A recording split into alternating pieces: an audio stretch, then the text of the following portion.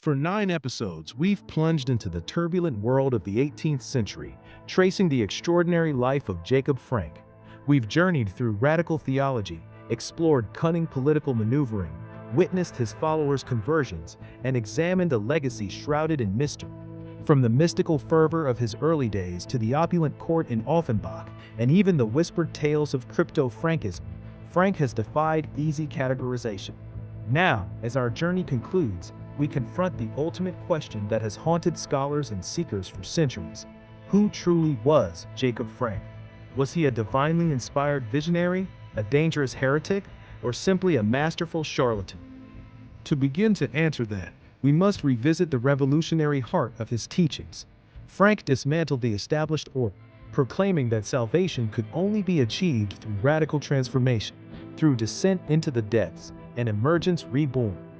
His most infamous doctrine, holy through sin, inverted centuries of religious thought, suggesting that the path to redemption lay not in adherence to law, but in its transgression, a necessary destruction to pave the way for a new world. He rejected traditional Jewish law, the Talmud, and rabbinic authority, advocating for a constantly evolving faith, a fluid messianism where change and flux were the only constants.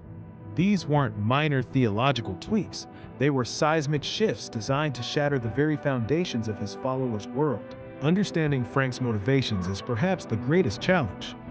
Was he a sincere, albeit unorthodox mystic, genuinely believing himself to be the latest incarnation of a messianic spirit, guided by divine visions? His followers certainly believed so, testifying to his charisma and spiritual power. Or was he a cynical opportunist, expertly manipulating the spiritual hunger of his time, using radical doctrines and promises of redemption to build a personal empire and satisfy an insatiable ego? The lavish courts, the demands for absolute loyalty, and the financial exploitation of his followers certainly lend credence to this view. Some also see him as a proto-social revolutionary, whose rejection of rabbinic authority and the existing social hierarchy tapped into deeper currents of discontent, even if his methods were unique. Perhaps, most likely, he was a complex blend of all these, a man whose genuine spiritual conviction became entangled with ambition, psychological instability, and a profound understanding of human nature and desire. Regardless of his true intent, Frank's movement had an undeniable, profound, and often painful impact on Jewish identity. For the established Jewish communities, Frankism was a terrifying eruption from within, forcing them to confront existential questions about orthodoxy, heresy, and the very boundaries of Jewishness.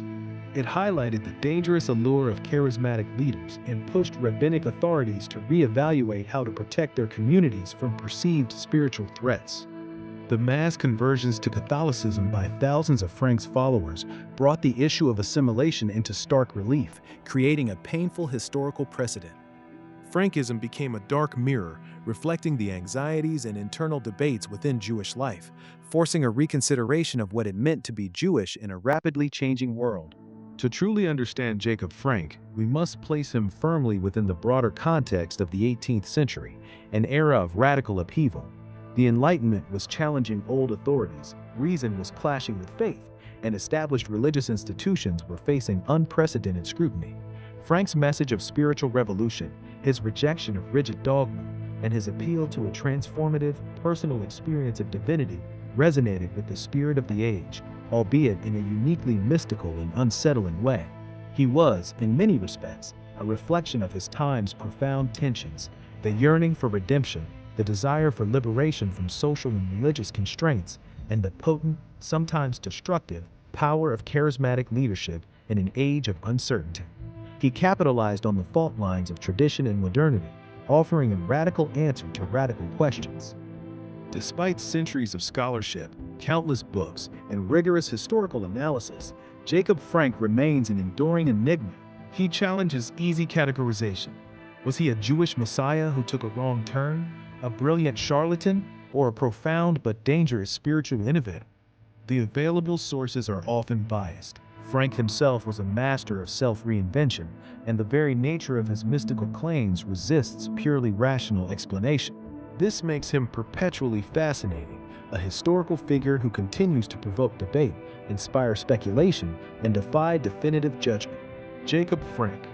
Whether you view him as a messiah, a heretic, or a charlatan, his story remains a potent reminder of the human capacity for radical belief, the relentless search for redemption, and the enduring, sometimes terrifying, power of charismatic leadership to shape and sometimes shatter the world.